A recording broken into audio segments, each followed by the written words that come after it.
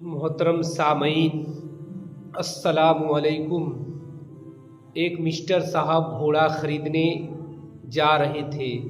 मस्जिद से गुज़र हुआ, मौलाना साहब को सलाम किया।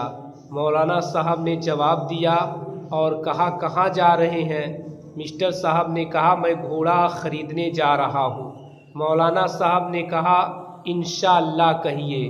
मिस्टर साहब ने कहा, तुम मौलाना लोगों को इंशाअल्लाह और माशाअल्लाह और सुबहान अल्लाह के अलावा कुछ आता जाता नहीं है।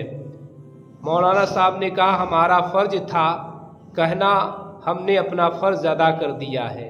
अब मिस्टर साहब रेलवे स्टेशन पर पहुँचे और एक गाड़ी में सवार हुए और घोड़ों की मंडी की तरफ रवाना हुए।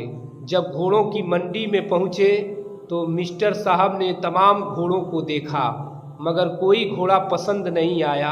आखिर में एक घोड़ा अच्छा लगा मिस्टर साहब को। उन्होंने घोड़े के मालिक से पूछा, इसकी कीमत क्या है, इसका दाम क्या है? घोड़े के मालिक ने कहा, इसकी कीमत 1000 रुपया है। मिस्टर साहब ने कहा, 1000 रुपया ज़्यादा है, 600 रुपया मैं दूंगा। घोड़े के मालिक ने कहा, 800 रुपया में मैं बेचूंगा। मिस्टर साहब ने कहा, देखो मेरे पास 700 रुपये हैं, ये 700 रुपये ले लो और घोड़ा मुझे दे दो। बहरहाल सौदा तय हो गया। मिस्टर साहब ने अपने हाथ को जेब में डाला तो देखा जेब कटा है, पैसा गायब है।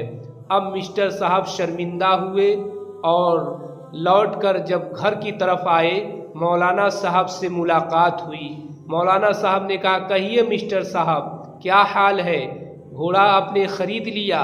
मिस्टर साहब ने कहा, मौलाना साहब, इंशाअल्लाह जब मैं रेलवे स्टेशन पर पहुंचा, इंशाअल्लाह मैं जब गाड़ी में सवार हुआ, इंशाअल्लाह मैं घोड़ों की मंडी में गया, इंशाअल्लाह जब मैंने घोड़ा पसंद किया, इंशाअल्लाह मैंने 700 रुपये में घोड़ा तय कर लिया, इंशाअल्लाह जब मैं अपना हाथ जेब में डाला तो इंशाअल्लाह जेब कटा पाया।